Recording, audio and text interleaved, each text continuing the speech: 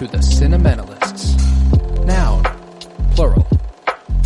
Definition, those whose love for movies runs so deep, they can't help but do a podcast about them.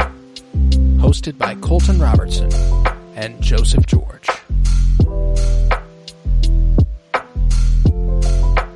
Hello everybody and welcome in to the Cinementalists, where today we are discussing To Wong Fu, Thanks for Everything, Julie Newmar, as our last film in celebration of Pride Month. It was released on September 10th, 1995.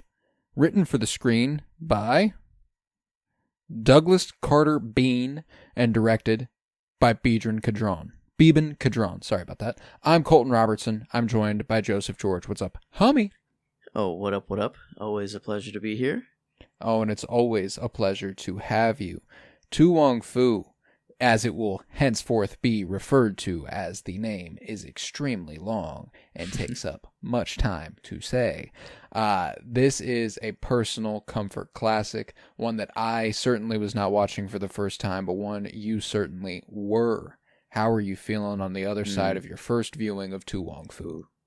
This was a good one to save for last, I think. Oh yeah. That was always the goal. Yeah. And not that the other movies have not been good. This has been a great month of movies, but this one, it would have been hard to beat this one each week after I would have seen it. So very nice to leave it to last. But yeah, we have given a new peak queer cinema for me. A new kind of all-timer gay movie. I'm trying to think of any other queer cinema or that stacks up to this. I guess if you technically say Challengers, I think Challengers qualifies. It's queer. I mean, there's different genres within the queer cinema banner that feel hard to eclipse. I Saw the TV Glow is a queer film. But that's not at all the same kind of queer film as To Wong Fu. Neither is Moonlight, for example, or I mean, even any of the ones we covered this month. The closest I would say was But I'm a Cheerleader, and even that, wow, immensely different. This is kind of a best of both worlds situation with But I'm a Cheerleader and Saving Face, and it works to its perfectly. Yes, I do remember saying on But I'm a Cheerleader, I need a little more for a movie, and then I took it back, and I wanted, I don't know, I didn't know I wanted this mashup, or that it was coming, but it kind of, it was this perfect kind of build of the two. It was not that it wasn't taking itself seriously, but it could joke it has a lighthearted about nature. Itself. Yeah, it was very self-aware of kind of what they were doing, but at the same time, it got very real at points, and so I mean, it was it had so many awesome tropes just in here that I loved. And initially, whenever I see the old Western town, or not Western town, but just rural, yes, very middle of nowhere, I was like, ooh, I was very worried. Mm-hmm. I was the police car sirens go off. You're like, ooh, that could be troublesome. But then this town, I was like, okay, this is not going to be good. I did not expect it to turn into what it did, and I'm so glad that. When does that start? Is that most of the movie? Whenever they're in that town, because they get to Hollywood, and it's the epilogue. It's the last 2 minutes. The point of the movie is the time spent in the little podunk shit show of a town there. And it is the bulk of the movie. I would say it's at least an hour and 5 minutes, hour and 10 minutes of the film's runtime, and it's an hour and 50. And so an hour and 10 might be giving it a little credit. It's probably, it might be even longer, but shit. Yeah. I love the whole. Oh, go ahead. At 37 minutes, whatever the young gun picks them up, or sees that their car is broken down on the side of the road. So I don't know what the young gun guy Bobby Ray. Was. Yeah, Bobby Ray. That's right. Bobby Ray, good man. Clueless, but a good man. It strangely, if Christopher McLachlan and whoever the actor for Bobby is also in Twin Peaks, Bobby Garland's son. Oh, Kyle MacLachlan? Yes, Kyle MacLachlan. So if Coop and Bobby had a baby, Boom. It's Bobby Yeah. Ray. I guess Bobby. Wow, it's already in the name. That's Yeah, kind look of at that. crazy. So, but yeah, no, I saw. I don't know, just young Kyle MacLachlan. For some reason. It's In a wild little that you bit. bring up Kyle MacLachlan so quickly, as on a very recent episode of Kyle MacLachlan's podcast, he revealed that he auditioned for Tu Wong Fu, for Patrick Swayze's role in Tu Wong Fu. And he was very humble. He was like, I couldn't have done what he did with it, and there's no doubt about it. But yeah, they did a camera test, like he was all dressed up in all the stuff, and he had the makeup and the dress on and everything, and he was like, and apparently like all audition tapes from Tu Wong Fu are like lost media, like you cannot find them anywhere, which is a travesty because I would give anything to see Kyle MacLachlan in this context. Dang. He dubbed John Leguizamo. John Leguizamo, the one who plays Chi-Chi in this movie. Obviously the hottest of the three, which I think is he says it very offhandedly, like, and you know, obviously John Leguizamo is the most beautiful of all of them. And he doesn't say it like it's a joke. He doesn't, and don't get me wrong, I don't think it would be a joke by any stretch of the imagination, but he said it like it was such unfettered fact that I thought it was hilarious, just his delivery of it, just like, yeah, and obviously John Leguizamo was the most beautiful of all three, but you know, I like, no, just hilarious delivery, even though it was not a joke at all. Was there this was a separate moment, but a line that they had of like, I have more legs than blah blah blah, or my legs are as long as, or something about, I don't know, how she has so much leg or something like that. And I think it might be right before she goes and like hitchhikes for Bobby Ray, is like, oh yeah, like, don't worry, like Swayze's got it like that. I like, here's the thing that I love about, and this is a personal favorite of mine, because it was kind of like, it was one of those movies that the first time I watched it, I was like, I was like, I think that something here might be resonating with me sexually, you know. But Patrick Swayze specifically, I think, is absolutely drop dead fucking gorgeous as Vita Boheme. Like, just a beautiful looking woman. And Swayze pulls it off very, very effectively. I mean, pure like royalty. She and I guess the, you know, does come from money, or you know, it is there. And then right. I thought the the families weren't that big of a aspect in the. I feel like we brought that up of like how the families play a role usually in queer movies, but this one, you know, a little bit. There was the, I want to be accepted by my family, and like I want to go there, like that moment of all their dreams of what they wanted, right? Kind of at the end. There's so many like just good heart like warming moments, and then to step out of the movie to like think of real life as well. Love that too.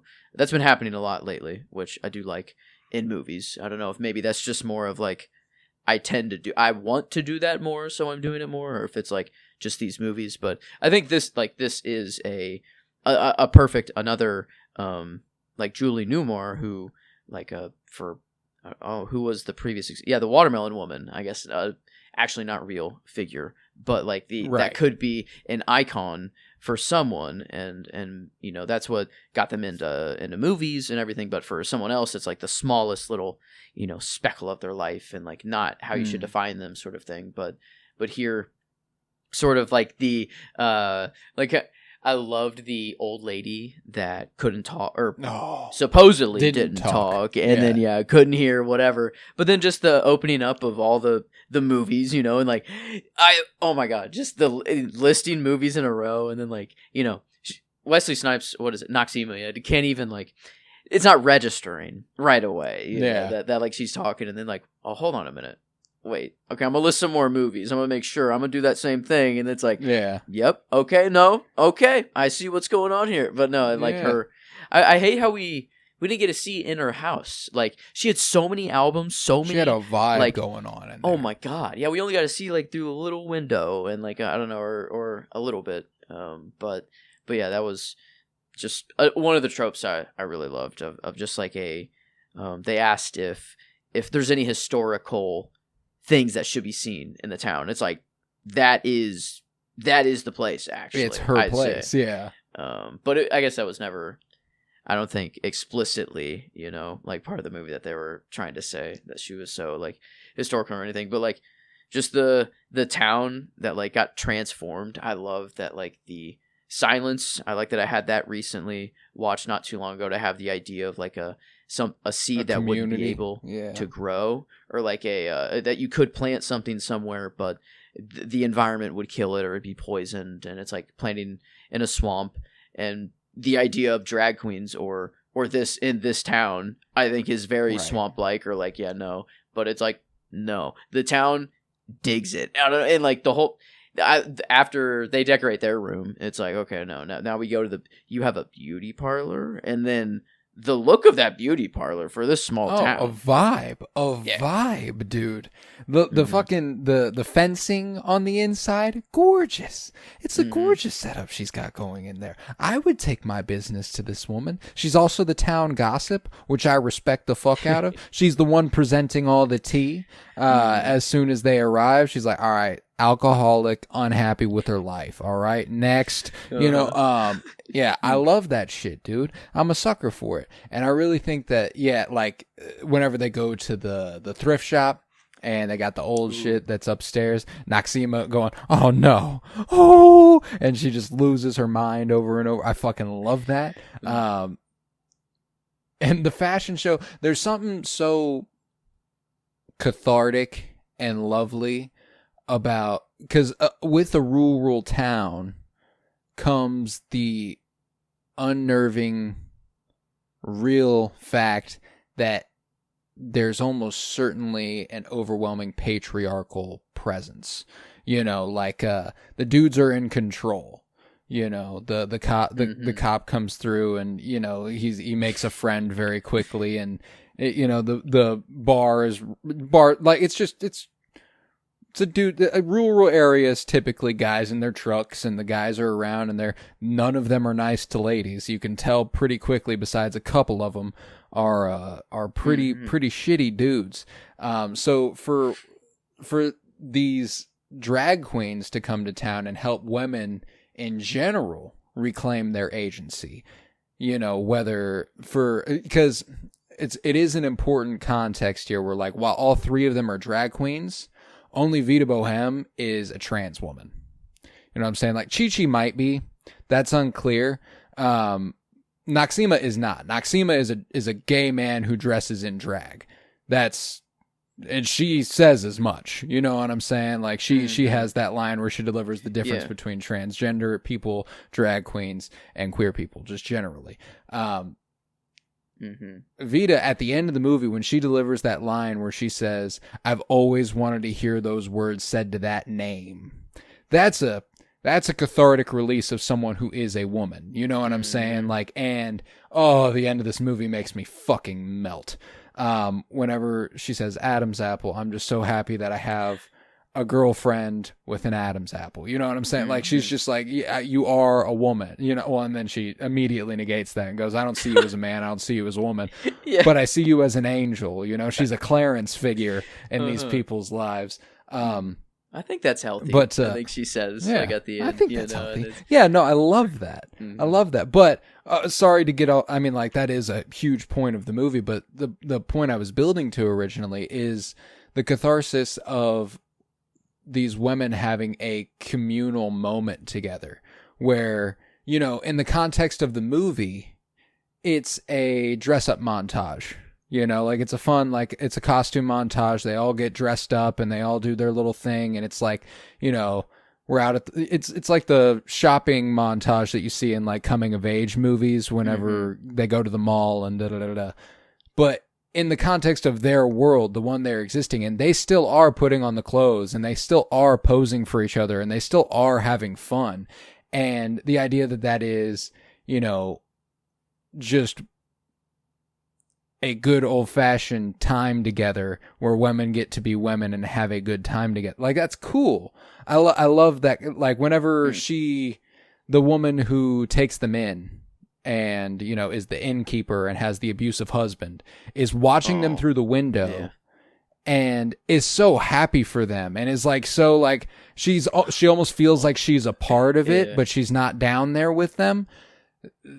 That's beautiful. You know, I know it's immediately made sad, and it is sad, but the fact that even though she wasn't there, she still felt like she was in it, I think is a testament to the sisterhood that they were putting on display, you know? Mm-hmm.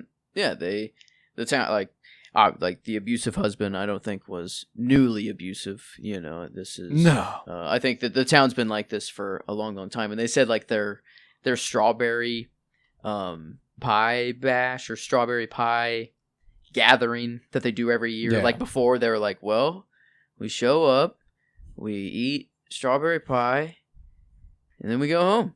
And then it was like, oh, okay, well, let's, we could probably do a little bit more with this. Yeah. And so I think it was just I don't even think it's really like purely a drag queen thing, more that it is like these are people from New York, like, you know, like these are they can't accept the room the way it is. They must decorate it, or like, you know, and I think it's just like it is this awakening that, like, it's like, well, yeah, you know, they're not our type of people, at least they would think initially, but then they're like, well, hold on a minute. Like, this is... I would like to go out and try clothes on, and then get my nails done, get my hair done, and then go to a cafe and just talk about things, you know? It is like, yeah, I guess just you have your own agency instead of just staying home and cooking the spiceless chili. Oh, God. Or whatever it is. That was so fucking on the nose that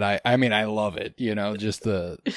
no whenever she puts here. she's like, oh, this spice, she's like, oh, this needs some spice, and she starts throwing stuff in, and she's like, no, like, oh, God. That's the sad part. I mean, it's like, I thought it was just that white people don't know about spice so that they don't use it, but this guy actively is saying no. Like, you, like, and the spice rack is right above the oven too, or the stove too. It's like it's right there. And I've never heard of someone being like actively against spice. I don't know. At least it's right. That's a new concept to me. That's a new level of whitehood, I think, honestly. That is an impressive, I don't know. Yeah, he even said, like, take it out. Like, she was like, no, I scooped it out, or I tried. And then after he's pissed off, he's like, oh, we'll take, this is before, I guess, he throws the pot. But yeah, he asks her to take it out before he has to taste it again. It's like, how? Right. How?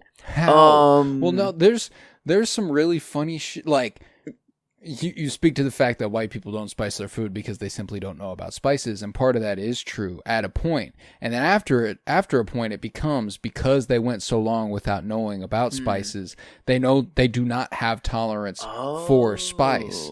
I see. Okay. So, see, like, a good example of this, I work at a restaurant, right? And recently, my soon-to-be roommate, as of today, release schedule-wise, is like the head chef in our kitchen, and his dad comes into the kitchen and is trying this new vegan bolognese he made, which is fucking delicious. I love it. It's fully vegan, no cheese, it's spicy, it's sweet, it's delicious. He's made it for me like 4 or 5 times now. I can't get enough of it every time. I fucking love it.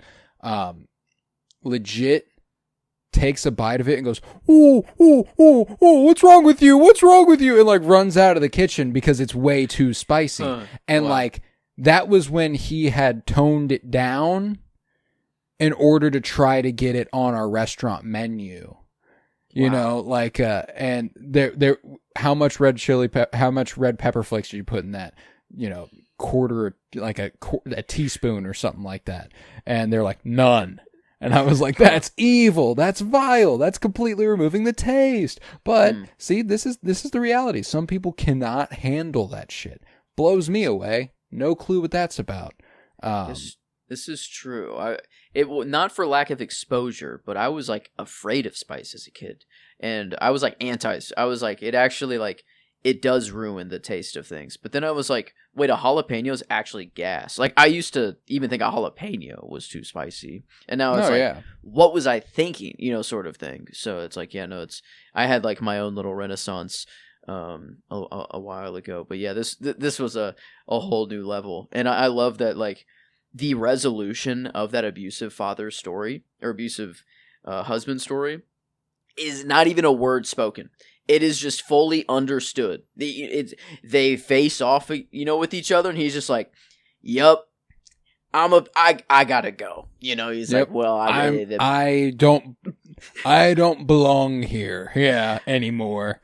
You have grown beyond need of me. Mm-hmm. I've taken advantage of you for so long, and it's finally caught up. No longer. Man, yeah, I love just the end of this movie is so fucking good. I love that they make the main villain a cop, but beyond that, a transphobic, bigoted cop who is also racist and whose name literally means being stupid. Oh, what's his? Dullard.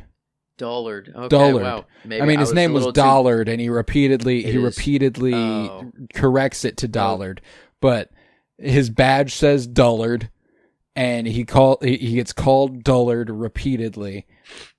He gets made fun of. This guy is the villain of the movie, and he is stupid as fucking rocks, dude. I love it. The like. Places to find homos or something like, or like what was it's something homos, and then it was like the salon, flower shop, whatever. He's going one by one, and then when he hits the bar, that like he just starts kind of talking to the open air, hoping for anyone to like anyone to talk to be like, this guy's right, yeah. But no, he was like. Was it also a little like slam poetry-esque? Like I swear he was like he was just gripping each other tight. It's also deeply gay. Yes, he ended it with like I want that action. You know, I am missing that. I'm longing for it, and it's like okay, like I'm like that's what definitely a perfect, the tone he's taking. I actually thought he was dead. Like the first viewing, I'd like okay, well. Good, this dude's dead. But I saw the boot or the slipper, and I was like, okay, or the heel, and I'm like, okay, well, shit, you know, like they're gonna come up, find that heel, and I'm like, how are they gonna know where the heel came from, though? You know, and so like that was always kind of like, I'm like, that'll be interesting how they figure that one out. And then it's just the abusive husband and goes into the bar one day while happens cop upon is the right person mega drunk, at the right time, goes in on his like. And then he storms in there, man. He was getting up to the top of that whatever on that balcony and just letting the town hear it. But man, if you look up the stand up they did though, I'm going to bring back 3 corpses, and if you look up their dresses and find something that you shouldn't find, or if you don't find something that you shouldn't find, then I don't even know what. Fucking the way that he doesn't even know what he's fucking saying, and he literally makes it a point to say so in his dialogue is so fucking funny. Incredible fun fact. Christopher Penn plays Officer Sheriff Dullard. Penn, as in the brother of multiple Academy Award winning and the most recent Best Supporting Actor winner, Sean Penn, from One Battle After Another and various other great films. But this is Sean Penn's brother, who sadly passed about 20 years ago. Dang, I was gonna say, I'm like, I swear I don't know why you look familiar. But I... Okay, well, here's the thing, is that he looks familiar, and it's not because he looks like Sean Penn. It's because he looks like somebody else who's in something. And I cannot place it for the life of me what it is, because I looked through his entire IMDb, and it's not anything there. And then I saw that he was Sean Penn's brother, and I was like, maybe that's it. And then it just doesn't sit right with me. He reminds me of somebody else, and I cannot find where it is. Now, as I say this, there is somebody occurring to me, but even that doesn't feel incredibly correct.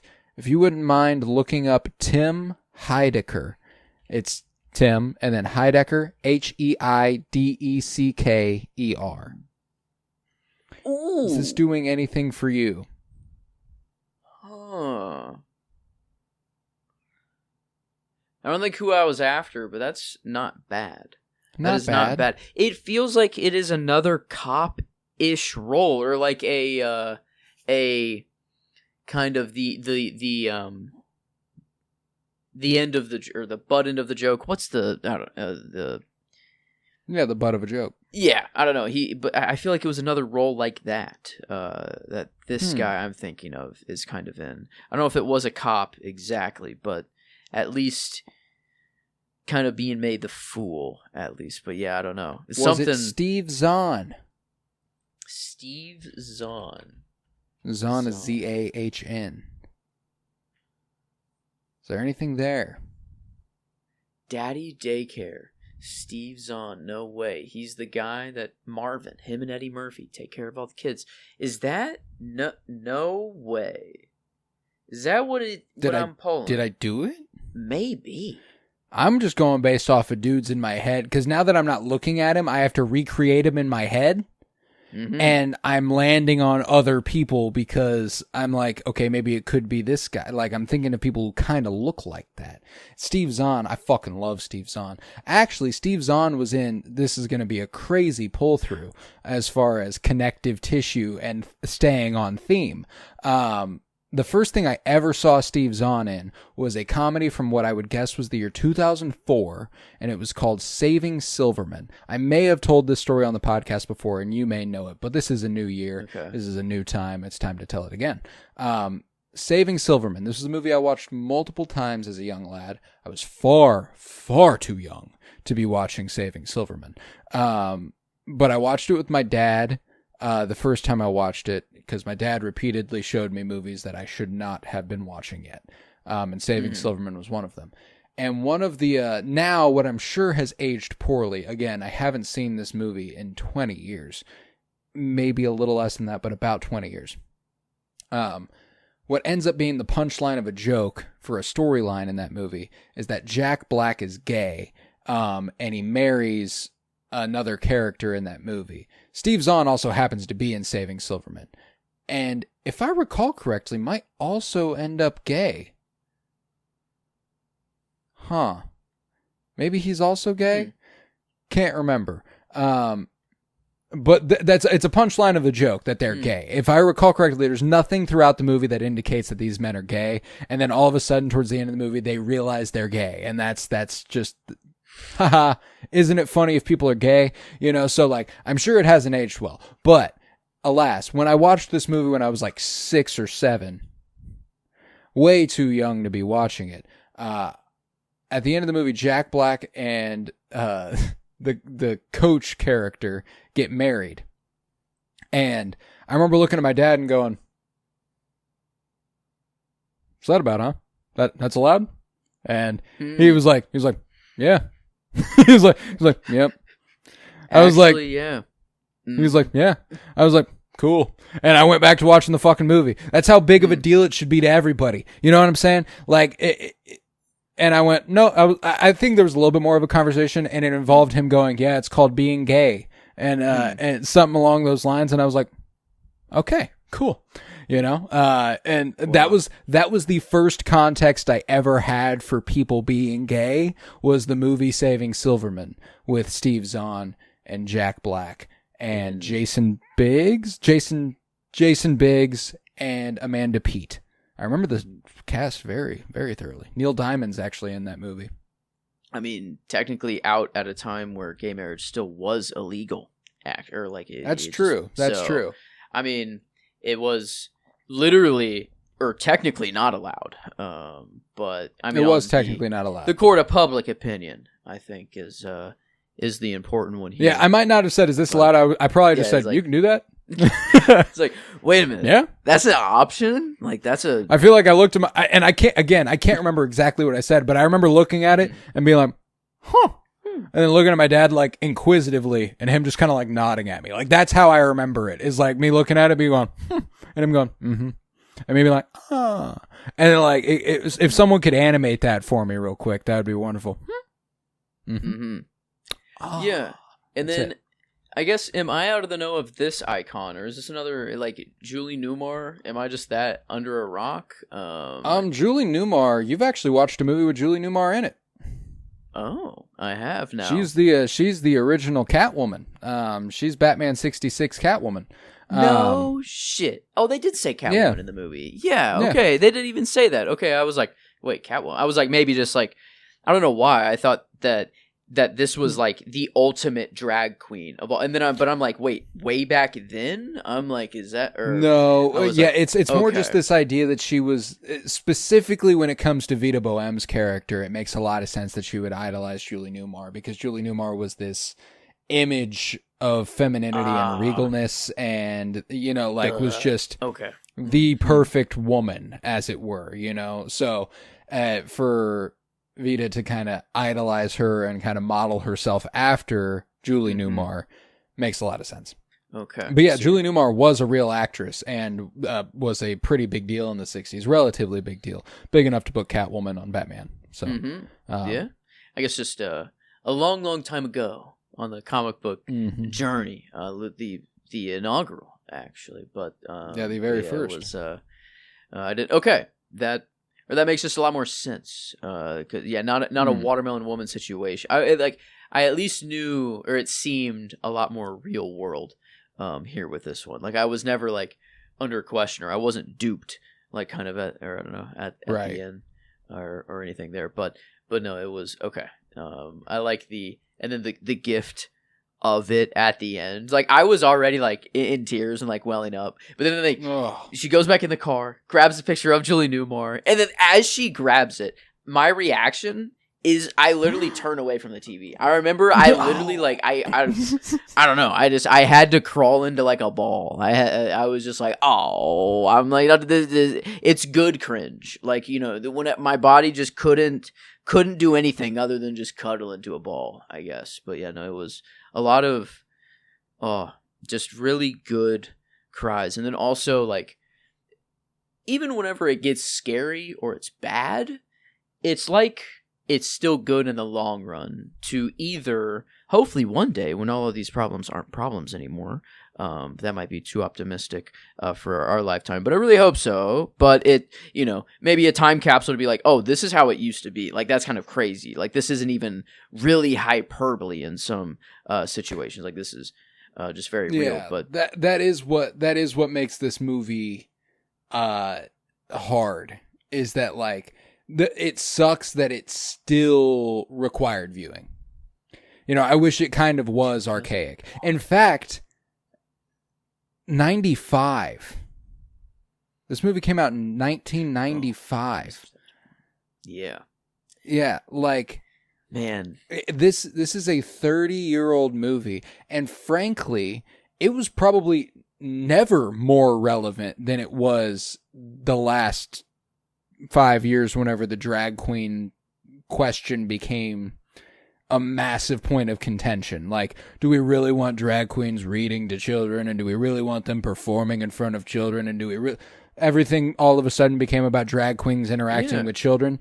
And it's like, how big of a problem, if you think it's a problem, how big of a problem was that ever actually? You know what I'm saying? Like, unless you've sought out a drag queen, you've almost certainly never found a drag queen.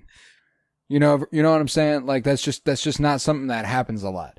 Now I've encountered several drag queens. I sought out every single fucking one of them. Yeah. You know what I'm saying? I was on the prowl. It's actually a problem with the world because they're so scared to actually go out in public in that form unless they are in a Hamburger Mary's or a related establishment. It is like like, and that's why they get to or motel or hotel or casino. Honestly, I don't know where they're at. Resort, they check into where they're, like very hesitant. Like no. But it's like, oh no, your friends are actually here, and they're like, wait a minute, huh? They're like, do you understand already? Or like, I think, basketball league. So funny. Oh, yeah. So, and then, oh my God, Wesley Snipes. I thought he was actually about to dunk. Like, I mean, I thought he would, like, Wesley Snipes is nice with it. Clean finger roll. Famously, in one of the greatest basketball movies of all time, right before this movie, White Men Can't Jump, with Woody Harrelson and Wesley Snipes. I've never seen. Yeah, it's a crazy run that Wesley Snipes does in the 90s. Like, the fact that this is pre-Blade is kind of fascinating. Pre-Blade. Oh my God, wait, that's actually crazy to think of the timeline. I've just always known him as Blade, so it was like, yeah. Yeah, this is before Blade. And I believe, I'm almost certain post White Men Can't Jump. It is post. That was 92. Yeah, I was going to say 91. Man, he was working. Yeah. I mean, he's got movie after movie in the 90s. I did not know he was moving like this before Blade. Oh my gosh, that's insane. Yeah, there's a reason Blade was a big deal, and it was like because Wesley Snipes was Blade. Like, this tracks. Okay, yes. But man, yeah, no, to see, like, to go from Blade, the most straight vampire killer, I don't know, action, yeah. Maybe Blade could be gay in another world. I don't know, but they at least weren't. No, he certainly could be, but that movie definitely concerned itself very little with the queerness of vampirism. Yeah, him and which a lot of vampire and it's worth bringing up because a lot of vampire material and stories do not negate queerness. They are almost explicitly queer vampire stories most of the time. True. So it is worth bringing up that Blade could be gay. True. I mean, if you're gonna drink someone's blood, you're gonna bite someone's neck. That's intimate. Now, that is something Blade plays on. They play on the sexuality of vampirism, but they don't take it that step further and question queerdom where it pertains to vampirism. Good movie that does that is the Tom Cruise, Brad Pitt vampire movie. Also has Kirsten Dunst, super gay. Interview with a Vampire. Very gay film. Very good film, but very gay. Yeah. So I guess maybe my just queer lexicon isn't big enough, but like you said this is comfort kind of for you, but like on queer, like if you were to have a power ranking, I don't know if you have a list of this in Letterboxd. I have a genre canon tag for a series of lists. That's like Colton's horror canon, Colton's sci-fi canon, and then there's also subgenres and macro genres like Colton's queer canon, and this is absolutely in there. All of those are 16 films long. It's the nice 4x4 kind of image that I like to present there. I'm very careful about my lists on Letterboxd, so I'm glad you brought it up here. But yeah, it is included on that list. And I would say, just off the top of my head, it is my favorite flamboyantly queer film. If that makes sense. Like a movie that when you watch it, you're going, this is gay. And this is obviously gay. You know what I'm saying? Like there's no subtext. It's not sad. Like it's a little sad, but again, we talked about this recently a lot with, I think, Saving Face. A lot of queer movies end sad because there's a lot of inherently sad stories that come with being queer. Brokeback Mountain, devastating. I Saw the TV Globe, Moonlight, devastating movies.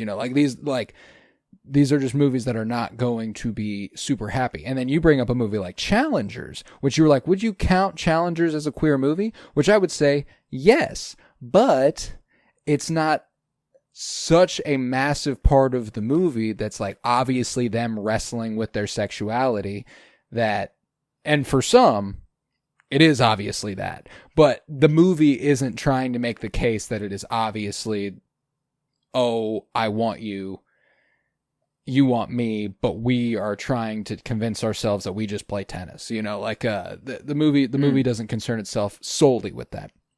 So this is a movie that, as far as another one that I love that's in this vein, also has Robin Williams, The Birdcage. I've brought that up before with you. It has Nathan Lane, Gene Hackman.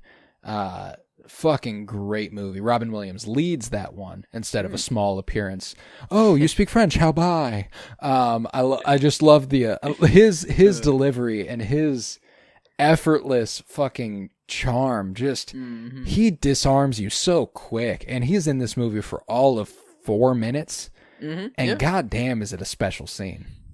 I mean, I texted you the moment he popped up because I was like, I didn't see him on the credits. Like, I don't know how many times I like opened up and just saw like the Wesley Snipes, Patrick Swayze, John. Like, right. I just saw the main kind of cast, and I'm like, I don't think I ever saw Robin Williams. I feel like I would have seen him up there, right? And then it's like, by the time I'm like kind of processing, like, oh my god, he's in this movie. He's kind of like out of it. So it was like kind of and a little quippy the quippy nature that scene is written with. Noxema, you remember John Jacob Jingleheimer Schmidt? Of course, his name is my name too. Oh, do people always shout, I hate that? You know, like, that's so good. That's so sharp, so simple, and you would think so obvious, but it's not. Like, that's just, it's so charming. And Robin Williams does a great job of bringing that to life, but I also think that's a really sharply written scene. And I think a lot of the comedy in this movie is incredibly sharp. Like, one of my favorite scenes is, one of the most iconic lines of the movie is when a woman says no, she means get your hand off my dick, buddy. That's a great fucking line. Like that is just a great line. Dude, hilarious. Going over to main guy who eventually gets in the cleans up whatever, but main douche kind of that leads the pack. And, gripping them by the balls, and this is how you talk to women respectfully, you say, good afternoon, ladies, blah, blah, blah. And then ending it with, kind of a mic drop, but a ball drop. And then saying, you just got to know how to talk to people. And I was like, unbelievable. Every lady that's saying there was like, that's the most powerful thing I've ever seen in my life. Like that was, and then like from every age, literally, like you have it was Bobby Ray and Bobby Lee. Was that the girl? Lee, yeah, okay, Bobby Lee. So Bobby Lee, is that where does Bobby Lee come from? Is that Bobby Lee Jones? Tommy Lee Jones. Tommy Lee, not Bobby Lee. Is there a Bobby Lee? Yeah, and also no, but Tommy Lee and Tommy Lee Jones, separate people. Tommy Lee, the drummer for Motley Crue. Oh, shit. Okay. Hooked up with, was married to Pamela Anderson. Tommy Lee Jones, famous actor. Yes, okay. But yeah, anyway, I guess from Bobby Lee to Old Lady, to Who Doesn't Talk, they're all reacting the same way. They're just jaw dropped. They're just like, oh my god, like this is okay. We're in. Like, yeah, we're like this. I love a moment. Just the trope that the women are actually running all the shit behind the scenes, and the guys are just thinking, just doing what guys just will do. I don't know, just going on thinking they're running shit. But I love that trope, and then it builds more and more, and like it's like an active takeover of the ladies, kind of the town. But like I love how only the abusive kind of husband is like kind of out, but every other husband's like, I'm in on it. They're like, they wear the 60s clothes. They're like, get out and dance and like do it all. And it was, I don't know. They brought the town to life. They reminded them that there was more than whatever the fuck they had going on there. Like, life seemed very day to day, very boring, nothing going on. And they were like, wait, we can just have fun if we want to? Hold on. You're telling me that if I just want to like have fun, I could do it? Yeah. And sometimes it just takes a little color and a little planning. Red and Wild. Oh man, I should have wore a strawberry shirt or something red, or pink. Love the old lady wearing like hot pink. She was like the pinkest, I feel like, of everyone. She stood out kind of, and it was but in a good way there. And then I wore the fuck ice shirt. I love this. It has me confirmed that I'm a human being by dragging a puzzle piece. That's crazy. And I failed last time. I did not fail this time. But what was I guess the color. Oh yeah, I was gonna just like the free will. Like it's like you could stay down and be in this little town and just I don't know, I guess what they were up to before. Just very simple lives. Or like, make the strawberry pie bash like actually super fun. Like I don't know, this was a great event. And oh man, I guess I had another thing or to go somewhere, but I lost that train of thought. Might return to me at some point. But oh my gosh, that is gonna make me very angry. We'll get back around. It'll come back around. It'll come back around very naturally and just when you least expect it. And whenever it does, just interrupt whatever the fuck we're talking about and go ahead and bring it up. Okay. You deserve that kind of grace. I really.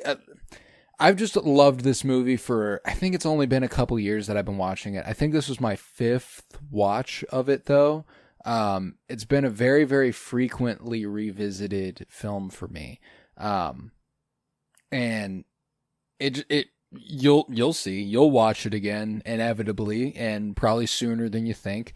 And it'll just make you so fucking happy, dude. Like, I was watching this movie the other night, and I got to the last 20 minutes, and I even tweeted this. I blue skied this. Skeeted, what is what they have dubbed those. Skeet! I can't get behind that, not gonna lie. I can't. I'm sorry, Blue Sky. I love the app, but you gotta... That has actually been actively... The reason it's kind of caught on is because all of Blue Sky's admins have been like, please don't call it that. So everyone's like, well, now we gotta call it that. Can't use the reverse. No, sorry to break your train of thought. I posted, try not to cry during the last 20 minutes of Tu Wong Fu challenge. Impossible. I'm just fucking broken. I mean, very, very happily broken up over the film and those last 20 minutes. And God, I mean, even the payoff for Chi-Chi's payoff is wonderful. You know, we took this little Latin boy in drag and we took him across the country and now, drag queen of America. Let's fucking go. Let's fucking go. Not to mention the idea that the drag queen of America is a Latin person. Fuck ice. Dang, that's actually true. We're breaking so many boundaries there. Julie Newmar handing the award off as well at fucking the end. Real. You know, kind of maybe like felt like the only part that felt like a little wrong. It was nice that Chi-Chi won, but like if Vita could have won to get the award from, you know, like it felt like she had the obsession with Julie Newmar way more than kind of anyone else. Or that was the only part that was a little good. But it was like, no, I think she, you know, the 4 steps to becoming a drag queen, you know, that I think did they ever mention step 4 or was that step 4 based? Because they step 3, I take it that that's step 4. Yeah, because step 3 I remember was basically saying, okay, Bobby Lee, you can have Bobby Ray. Like I was okay, I get it, I was overstepping maybe a little bit, whatever, but no, okay, you can have them. And they're like, okay, step 3. But I don't remember my step favorite 4. thing about the 4 steps of becoming a drag queen thing is that it's completely made up on the spot by Noxema, which is so funny. How many steps are there to becoming a drag queen? 4. Yep. And she says it so confidently and so plainly that Chi-Chi's like, well, what are they? You know, I love it. It's so Vita fucking funny. Saves Noxema there. Like literally she's like, oh, we'll get to it later. Don't worry. And they literally cut back to Wesley Snipes, and it's like kind of like a nod of approval, like a thanks. They're like good shit, and it's so like I love it. It was just so off a whim. I love how they're like there's no actual rules to this shit. You know, it's like no, but it is. Yeah, like, you know, whenever she's, oh, I don't need you girls anymore. I'm out of here. I'm leaving. It's like, then I remove all of your princess points. And then like ooh, that's voodoo. You know, like, ooh, that's voodoo. You don't want to mess with that. And it's like, and then Chi-Chi's actually like, no, you can't do that. You can't, that's not allowed, you know? And I'm like, so it's like, it might be like made up on a whim, but it's like no, it there was credibility. It carries weight. You know, It bears fruit. Mhm. Yeah. No, I'm with you, dude. It's just such a fun, sweet movie, man. And you get concerned at a point that you don't really know what kind of movie you're dealing with. Again, because queer movies often end up very devastating. I explained the concept of this film. Group of drag queens, road trips across America, breaks down in a small town, to a friend recently, and they went, "Oh no." Yeah. Correct. You know, like, do they get hate crimed? Was their question? I was almost. I was like, I mean, there's attempts, but they don't succeed. Cop. You can never bring these ladies the down. The guys of the town. I guess they're all comfortable enough just gang raping someone, or like that's that was just unspoken, or they planned it. I don't know. I don't know if this is and I'm concerned that my privilege as a man and potentially a time period thing makes this inaccessible to me. If you'll recall, I'm going to connect this back to our comic book movie Journey Through Film. Okay. The quintessential bad normal thing for superheroes and anybody to break up to be like, hey, don't do that to her, is 4 guys about to do something to a woman. You know what I'm saying? Like, Spider-Man 2, or no, Spider-Man, 2002. Like that's our, like, there's stuff now. Again, sadly, I'm certain that this happens, but oh, I see. Yeah, like you think it's like the frequency with which it is depicted. Yes. I'm like, is it really like that? It can't be like that, right? I'm like, most of the dudes in this town are like ready. They're like, what's up? I'm going to back you into a fucking corner. All 4 of us. That's terrifying. Are you kidding? Every exit cut off, like it sealed. It was very coordinated. They were in for a surprise. Like, I don't know. It seems, I don't think they're smart enough to like coordinate that on the spot. Like that was that's planned. Yeah, that's I don't know. They've done that before. But then the knight in shining or the knight in green pickup truck. The knight in shining pickup truck. Yeah, it's like oh man, and then another little Bobby Ray. Yeah, man, that's like why do they have to have the same name? Yeah, or just different middle name, first name. I don't whatever it is there, but yeah, no, they I don't know I don't know how soon I will return, but no, out of the ones of the month, I'd say like this is the one that will be the to throw it on. And just I don't know, I had a really just kind of chill day, and it usually movies are kind of like a nightly sort of thing, but this one was almost like really nice to get like right in the middle of it. Like I still had a lot of day to look forward to, and I'm like like I see the world a little bit. I want to put more color in my place, I don't like tapestries or draping fabric, it's as simple as that sometimes. And I think I'm gonna try to fill up more of my wall. I think in the next place after this, I'm gonna take another look at the decorations and stuff. And no, it was, but yeah, this one was out of the month. Yeah, out of this month was my favorite, I'd say for sure, and gonna be the staple for this one. So yeah, to see these people in this context as well as drag queens, like didn't know they had it like this, like no. Yeah, at all. So like Blade. I'm trying to think of the other context I've seen. Leguizamo? Is that okay? Yeah. Leguizamo. Leguizamo, you have seen in The Menu most recently. He's the famous actor guy. Okay. Who Ray Fiennes went to go see his movie and didn't like it, and that's why he's there. Yes, John Wick as well. I think might have been the other. John Wick. One. Yes, he's the shop owner for the car. Let's see. Yeah. he's the voice of Sid in Ice Age? That's awesome. Yeah. That is incredible. Oh my. Wow. Oh my, it makes so much sense now.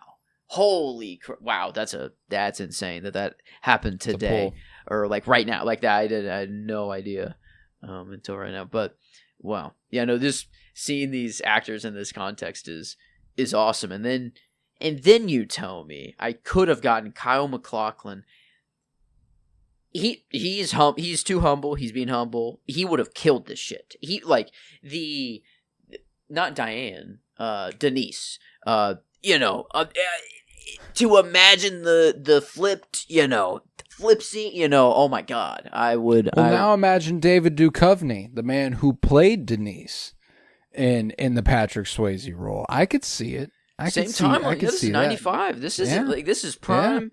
Boom. Like maybe that's even why they thought of Kyle MacLachlan. They're like, let's go to the, let's get the, Denise part 2. Yeah. Let's go. And then they're like, unfortunately, MacLachlan's movie career at that point had been marred by Dune, which was his debut feature, was 10 years earlier than this. By then, he would have been in, of course, Fire Walk With Me, of course, Blue Velvet, but Swayze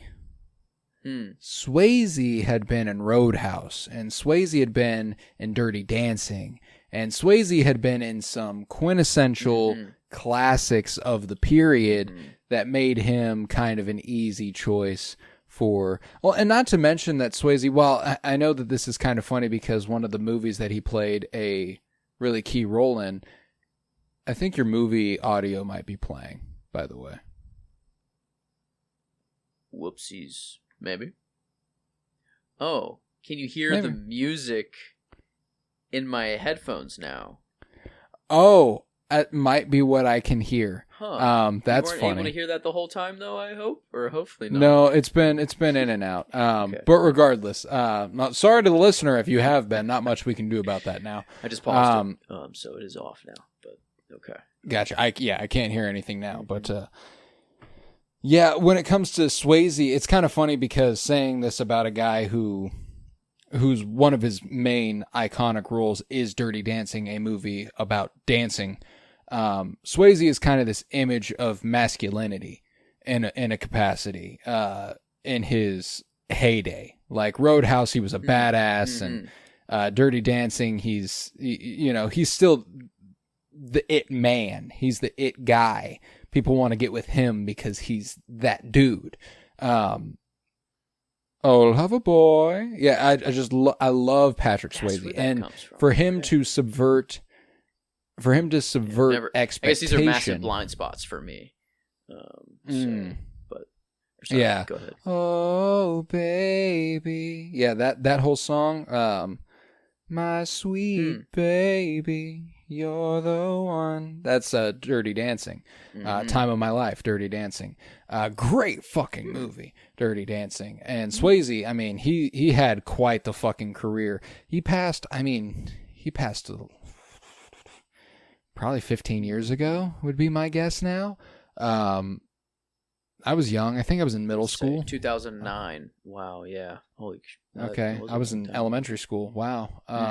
Wow. That's crazy. Yeah, I remember that though. I remember when Patrick Swayze died. Like I didn't really know who Patrick Swayze was, but I remember it being a big deal. I remember people talking about the fact that Patrick Swayze wasn't around anymore.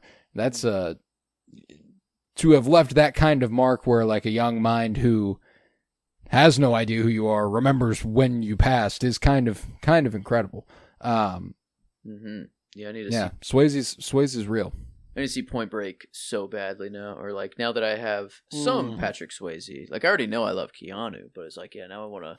No, Swayze's the shit. Not that I don't like his drag form, but I would like to see Patrick Swayze. I think in his more. Who doesn't knows? get better than this. I guess who knows? Maybe this is normal Patrick Swayze. Doesn't get better than this. I don't know. Maybe this is actually piping hot off the presses. This is normal Patrick Swayze. Yeah, no.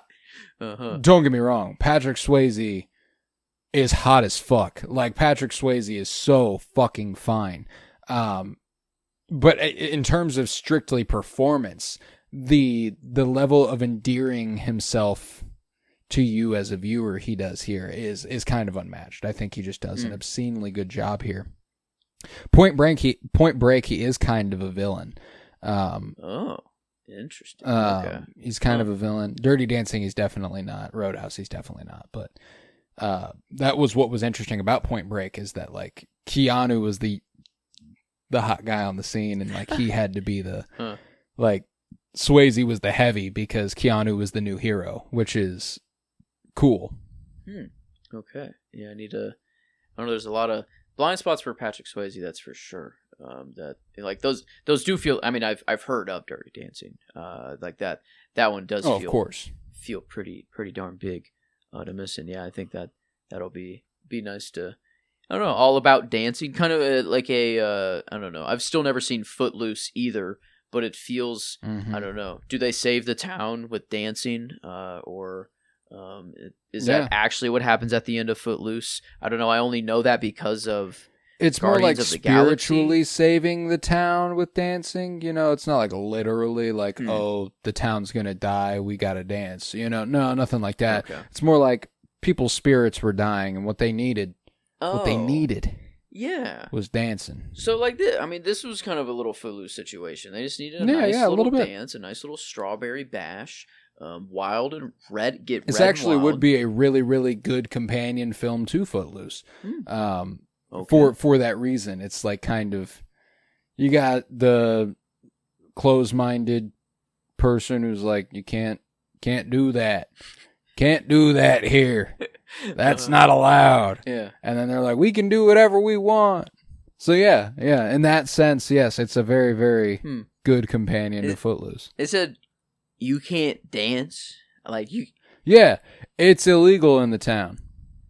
You can't move your body like that. That is not okay. That's crazy. I mean, like, I know the world has changed so much. I mean, it always does. But like, man, that is crazy to get in that mindset of, like some dances are. I don't know. Some people do say like some dances are like satanic or demonic, like, or some rappers or like. I guess so. That's because they are, Joseph. This is true. Whenever you are dancing, you are summoning demons. I mean, this is it's the hard truth. But I don't know.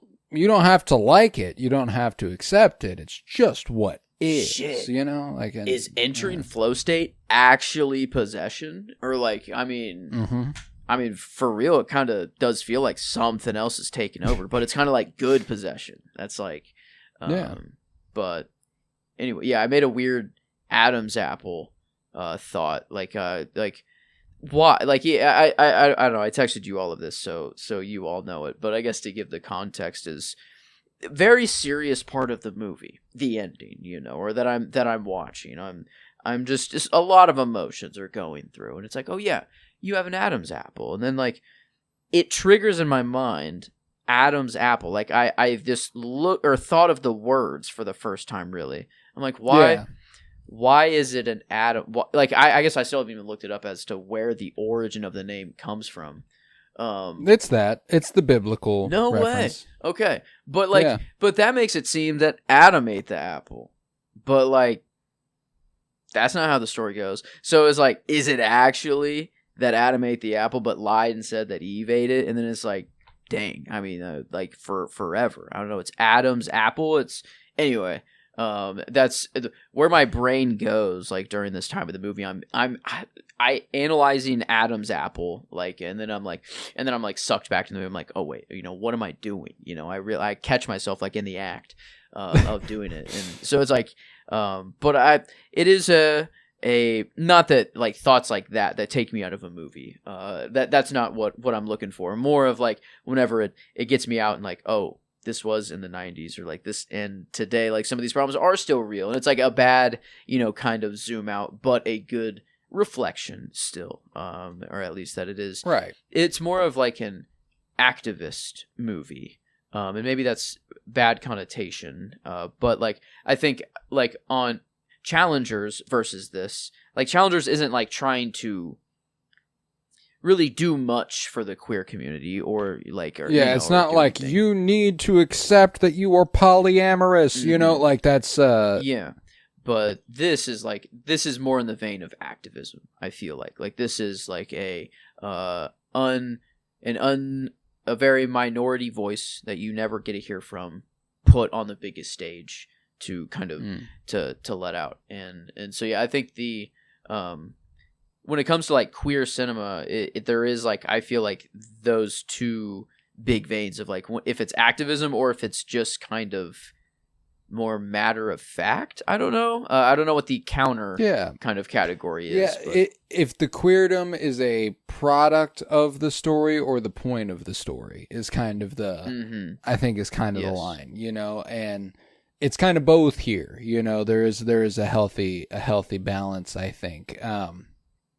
But like I've been comparing it to Moonlight. I saw the TV Glow. Like, again, these are good examples of movies where the product of the story is the point, so like you're surmising through the whole film, like, oh, this is like I saw the TV Glow, this is a trans person as you watch, like this is that's what you are taking away from it. And then the end of the movie, they're like, that's the point of the movie. And you're like, oh yeah, okay, like that makes sense, like, so there is all these different, I just love all the different ways there are to tell stories. And I love that even though we use the big umbrella term like queer cinema, the amount of movies that can include and the types of movies that can include, because, there's not even explicitly queer films that are just queer coding, that are just like, you could see this as gay,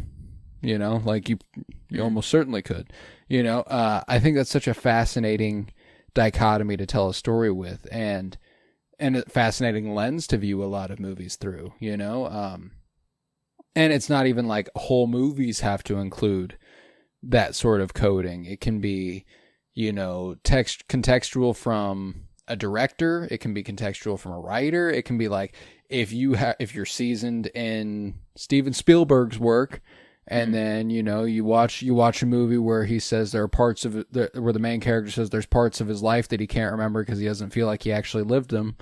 I'm going to read that as metatextually pretty queer. You know what I'm saying? Like that's a little gay. And, that's just no, sorry, Spielberg, you're a little gay. I don't know how to break it to you. Yeah, I mean we all are. It's whether if you're 100%, I guess maybe there is the most straight person out there, but does that mean they're 100% straight? I don't know. Does it actually exist? Does it really exist? I think that I think preference absolutely exists. Preference exists in all things. Say you don't have allergies to any foods. You absolutely still have favorite foods. And you still have foods you don't like. You know what I'm saying? But you can eat it all. You know what I'm saying? You can eat it all. This is true. And how are you going to know? Nothing's stopping you. I don't know. Exactly. What more do you want from Taste theory buds change. Alone? Is what I don't know. Oppenheimer, maybe this is what he's really trying to get at here. You need to put it to the test. But yeah, I don't know. I wonder, like, do these three people have any history of drag whatsoever? Like these main three in the cast, or like is this very brand new for them? Because I mean, I'd be willing to bet that it's brand new. I'd be willing to bet it's brand new. Oh, this is the second movie of the month that features RuPaul in a role. Yeah. Playing the magnificent Rachel Tensions. Incredible drag name. Yes, the tension. Incredible, I could feel the tension in the room as she was Rachel Tensions. That's so good. I fucking love that. And the fact that I love the panning to the crowd it does, because there are black people in the crowd who are like, this fucking sucks. You know what I'm saying? Like, it's they're not trying to make it light at all. There are people who are like, this blows. And that's hilarious. And is the idea that it's like the the people who actually fly the Confederate flag would be so against all of this that like flying it is like the most fuck you, it's just I think but like because it wasn't like the tensions were high, like it was like ooh, I didn't know how to think of it kind of at first, but then I could only laugh, I'm like this is hilarious, like this is it can't it's performance art, like you said, like yes, if a person who would unironically fly the Confederate flag saw RuPaul in drag wearing a dress that bore the Confederate flag on it, they would be aghast. Like that is, and that is the state, that is all it's really trying to do. It's a shock and awe sort of thing, which has value for some and doesn't have value for others. Is it worth it to some? Is it worth it to others? And thus the tensions. And frankly, I respect it. Hilarious choice in the movie. Yeah. Like, is there a line in comedy? Is there going too far? It feels like it. But give it enough time, like give it enough time. I think you can. There's a couple really great jokes, dude. Like, there's a point whenever Noxima says her full name, and she says Noxima so and so Jackson, daughter of Jesse, as in the freedom fighter and activist Jesse Reverend Jesse Jackson. Hello. Okay. No, I know. Like, there's a lot of that. Like, there's a lot of just little bang bang. Noxima Jackson, daughter of Jesse. And they all just kind of like they all don't know how to respond to that. Oh my god, that makes wow. Because she says like Noxima, and then like someone's like Noxima, or kind of like huh, and then like Noxima Jackson, and I thought she said daughter of. Or wait, daughter of, was it like oh no, I guess that's like Odin's son, or like or like son. I thought she was like going for more of like the like to make it sound more official, or like like, oh, you didn't like my first name, okay, now I guess let's I'll double down, triple down. Yeah, no, I get you. Okay, actual just references that are going right over my head. Okay. That probably and that's the thing too, is that like that was part of the joke, is that is kind of what she's doing, is to try to legitimize it by stating something like that. But what she's doing is furthering the character, which is also very fucking funny. Okay. And that is why like Noxima's is the only one that is ever expressly stated to be like a character. She again, she is the one who explains drag queens are gay men who dress up in drag and do this, that's why I'm like, when I refer to Noxima and say character, I feel a little bit more confident in that than I would say Vita Boheme. That is not a character. That is who Vita Boheme is. You know what I'm saying? Like, she's repeatedly, like, the whole coming out to your family thing. Like, yes, even if you are gay and doing drag and your family doesn't know that is still a certain degree of coming out. But the kind of coming out she wants to do is, I am Vita Boheme. You know what I'm saying? Like, this is who I am, and I need you to accept that. I think she even says, like, I don't need your love, I just want your acceptance, or something like that at one point in the movie. Like, there's just an acceptance of the fact, like acknowledgement of my existence, legitimize it in any capacity. And I find that really, really moving. Again, especially for 95. Because while the movie is not explicitly trans messaging and pro trans or anything like that, it absolutely is subtextually. Because again, it could just read like she's just a drag queen. You absolutely could find the movie to say that, and I don't think you'd be correct, but you could. I don't think the ending is as like explicit if it's not like, because it's she does double back and like, you know, I don't actually think of you as a woman. You're an angel, but it's more of like a double down. You know, it's like like. Yeah. Oh, I knew. You transcend the bounds of gender and our friendship. It means nothing to me what you are. You are perfect. Mm-hmm. You know what I'm saying? And like, there's a certain beauty in that kind of. And again, 30 years ago, I think that message speaks a lot louder than it does now. I think now you do kind of want to hear. I see you as a woman. You know what I'm saying? Like, I do think that there is kind of like whenever because I think we've already talked about this month, the villain of the time are trans people. You know what I'm saying? Like in the 80s and 70s, it was gay people, you know, before that, black people. And, you know, and you could again make the argument that these quote unquote villains of the times in conservative eyes never went away. It's just that what was the catch-all? Like the one that was being targeted, explicitly, repeatedly, communists were it for a little bit. You know what I'm saying? Like, I'm not saying that it has to be simply an oppressed group, but there are villains of the time, according to conservatives. And right at this moment, it's either immigrants or trans people. So now, because trans people are expressly being targeted in their oppression, not just being oppressed by the mere fact of unacknowledgement, like whatever, like we're going, you don't exist. Now they're going, you do exist and you're mentally ill. Like that's a different line to cross. You know what I'm saying? Like that's much more expressly hateful than disregard. You know what I'm saying? So like now this movie is written slightly differently.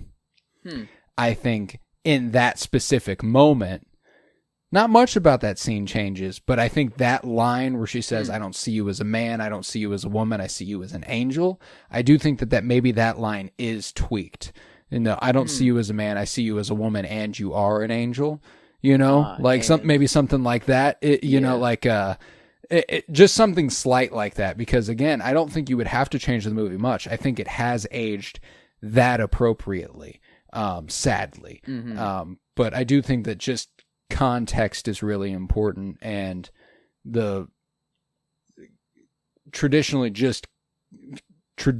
gay people were much more villainized at this time than trans people who are expressly targeted now. You know, that line, I feel like it is more of like a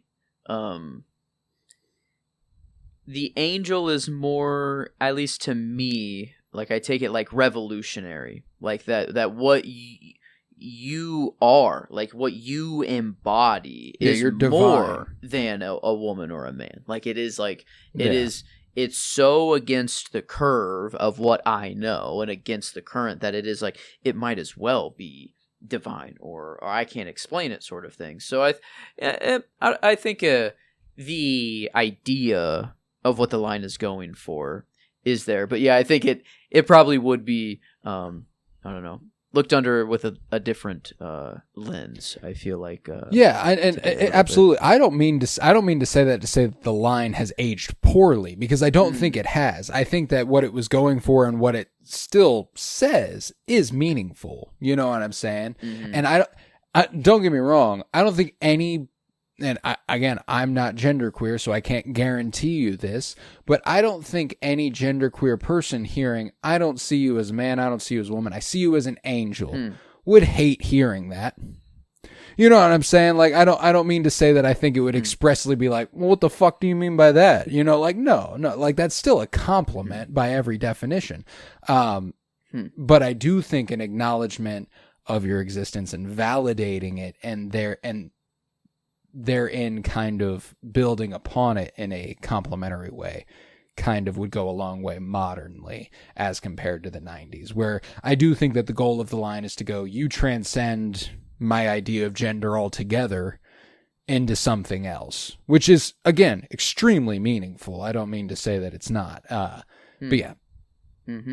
Yeah, I guess, I don't think I used those exact words or in this exact way, but I said a very similar line to someone, I guess, very modernly, and it was taken very well. It wasn't a huh or like no, take that back, or sort of thing. So I think more of a I just see you as a person, and then the nickname was Angel, I guess, as well. So it probably was in there as well. All the time, but yeah, it was so like even when that line was said, it was kind of like a oh damn, it was like a like that it pulled a lot of things together. So and it's I don't know, it was just a good emotional ride, like a very heartwarming, very I don't know, good reflection, even though the reflection sometimes isn't the best, because we are 30 or so years later, and still a lot of could progress things be better to be made, but like a lot. Sorry, I'm taking a gummy. Give me a second.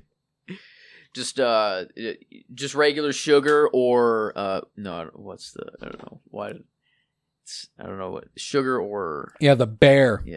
The bear variety. Bear. Yeah. Not virgin. Worms. Bears. Virgin. Yeah. What maybe virgin gummy isn't the right, maybe virgin's for alcohol only. What's the virgin equivalent for marijuana? It's kind of fucked up that we use that term also. It's kind of weird. Yeah. I get it, but all it's saying is that you're too young to drink, and therefore... Yeah. Mm-hmm. And even when you're an adult, you can still order one of them, and it sounds really weird to be ordering like a maybe that is actually it gives it's a tell, is like if you're an adult ordering a virgin cocktail.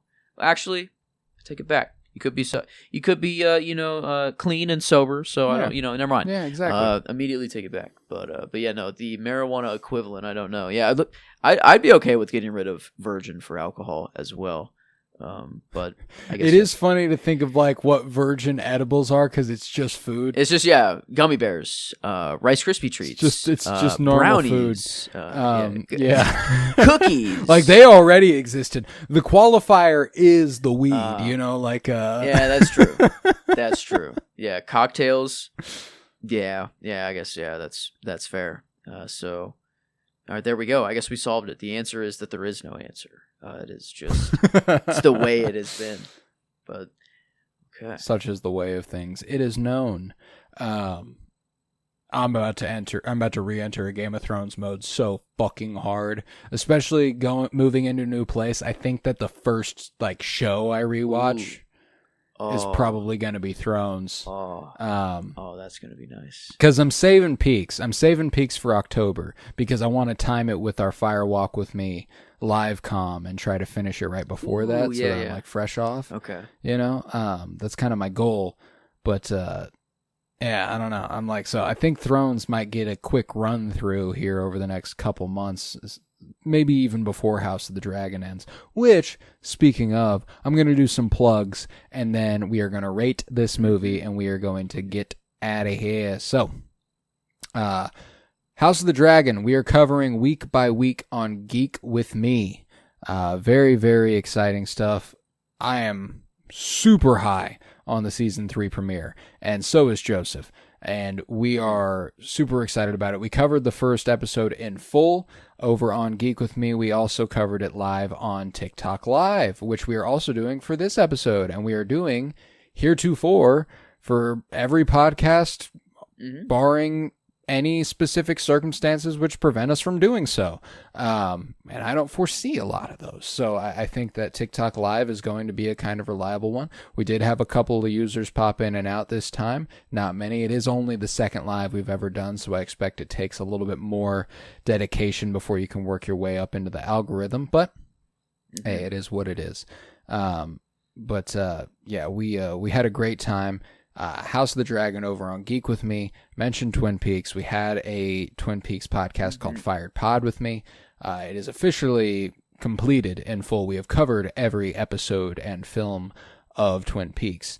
But you can't go wrong there. You ought to check it out anyway. If you have seen Twin Peaks, it's absolutely for you. If you haven't watched Twin Peaks and then listened to our show, it's for you also. So, I did mention that we are going to be doing a Fire Walk With Me live comm.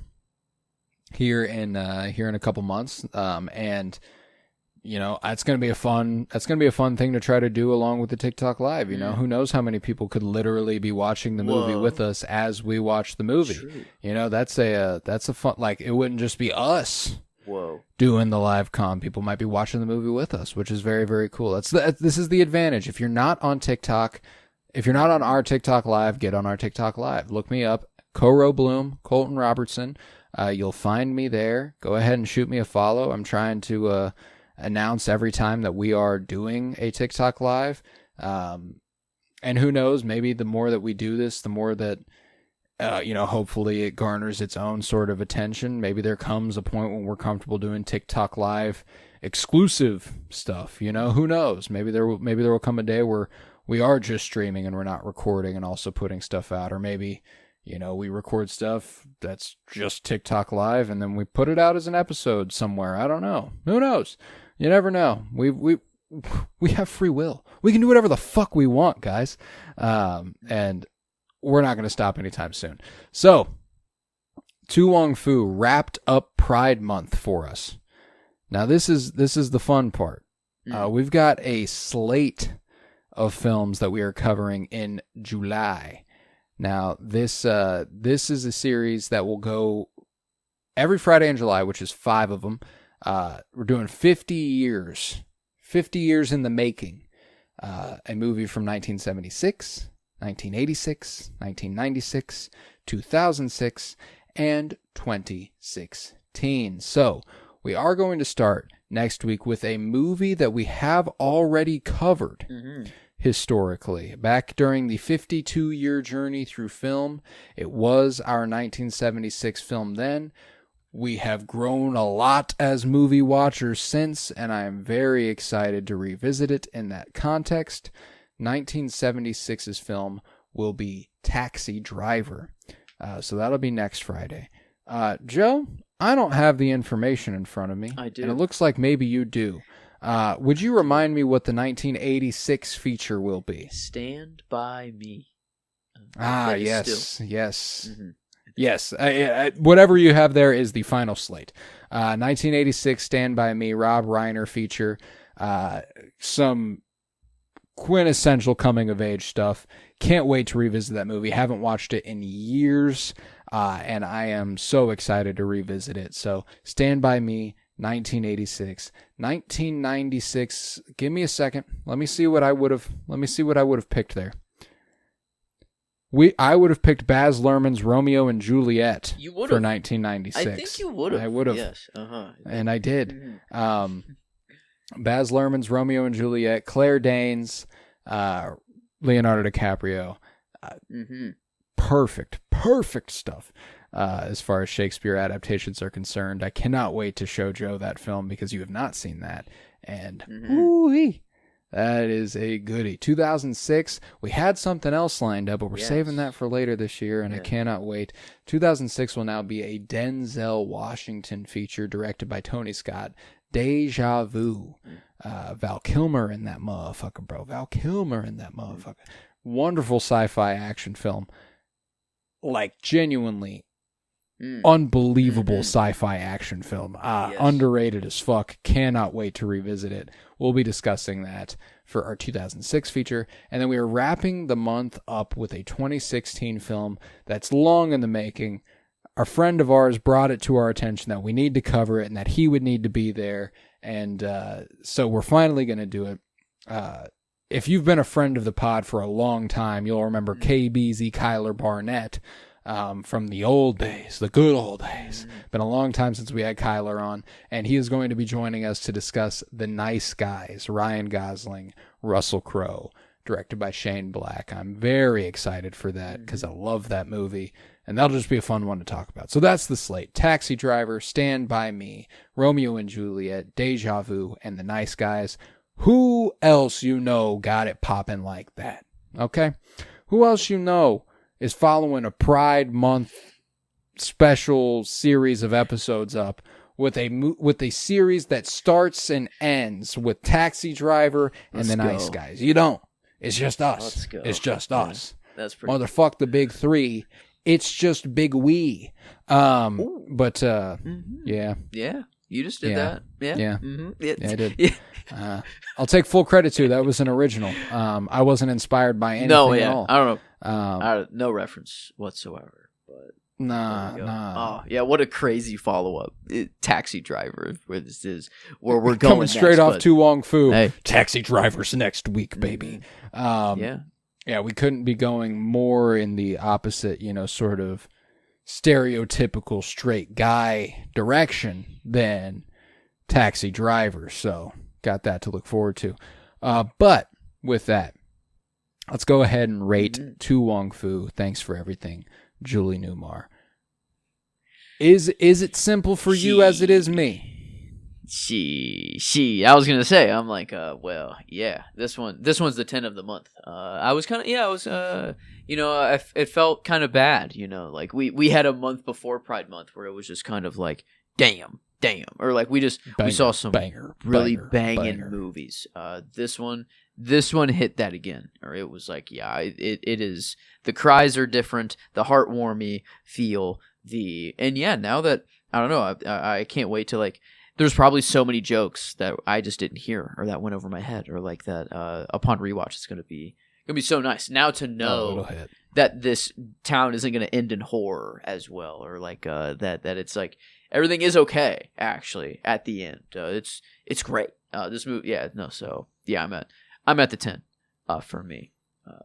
Yeah, I am so too. There we go. It's that simple. This is a 10 out of 10 for me, and God, I love it. I just can't get enough. It just makes me so happy. Mm-hmm. And I think that like ultimately it's also a really good looking movie. We didn't talk about the craft of the movie a ton, but it is a very, very good looking movie. The costume design's on point. The performances are really good. It's a solid film, man. And I whenever I can like kind of escape that mindset and just go, oh, this makes me feel good. Like I love that. So, and then to be able to rein it back in and go, and it was still a really good fucking movie is helpful. But, man, yeah, To Wong Fu, just special stuff. So that is the bookend on a wonderful month of movies. To Wong Fu. Thanks for Julie Newmar, a 100% on the Cinemenometer. And with that, we can conclude our Pride Month slate. I was Colton Robertson. I was joined by Joseph George. Thank you very much, homie. Oh, thank you for having me. It's always a pleasure to be here, homie. Oh, and it's always a pleasure to have you. And remember to tell all of your queer friends, your trans friends, your gay friends, your bi friends, your lesbian friends, your T's, Q's, pluses, I's, and A's, all of them.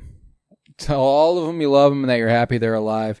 And remember from the bottom of my heart, fuck ICE.